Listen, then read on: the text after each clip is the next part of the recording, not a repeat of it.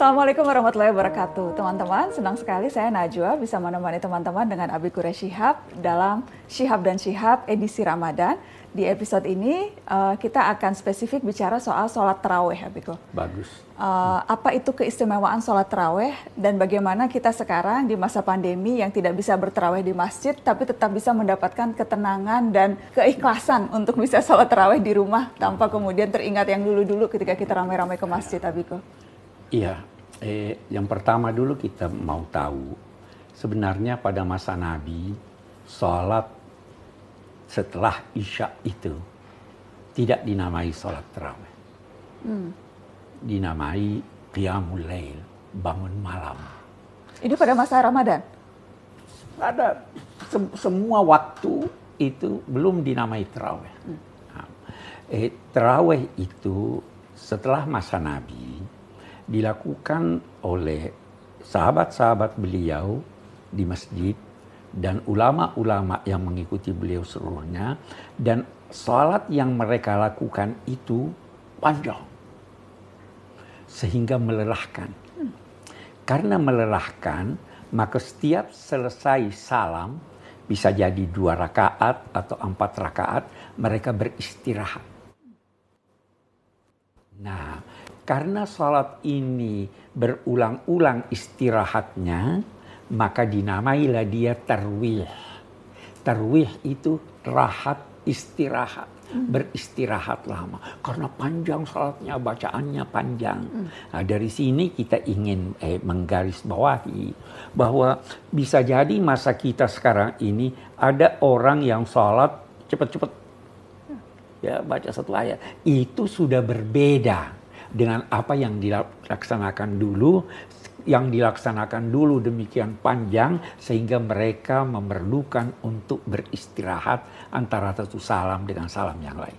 Nah, jadi kita lihat, mau terawihlah seperti dulu, atau terawihlah seperti Nabi melaksanakan terawih yang kita pernah katakan itu beliau hanya laksanakan 3 hari 3 malam di masjid, sisanya melaksanakan di rumah.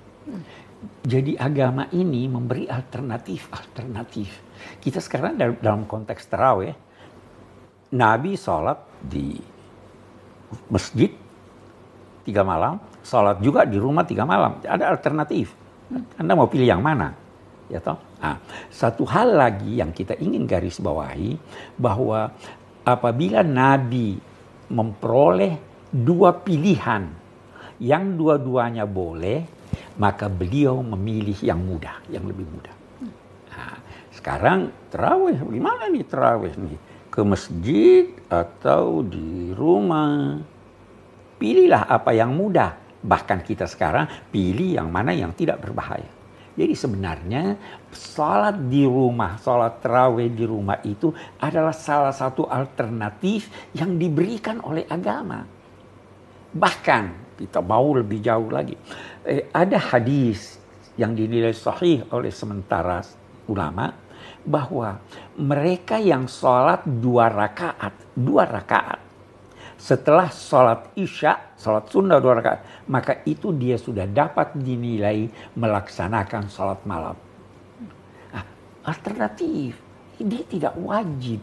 Nah, kita mau lebih jauh lagi, ya, melihat ini ajaran agama. Kita tidak mau terlalu kaku, wah saya tidak dapat tarawih di masjid ini. Nah, Nabi bersabda,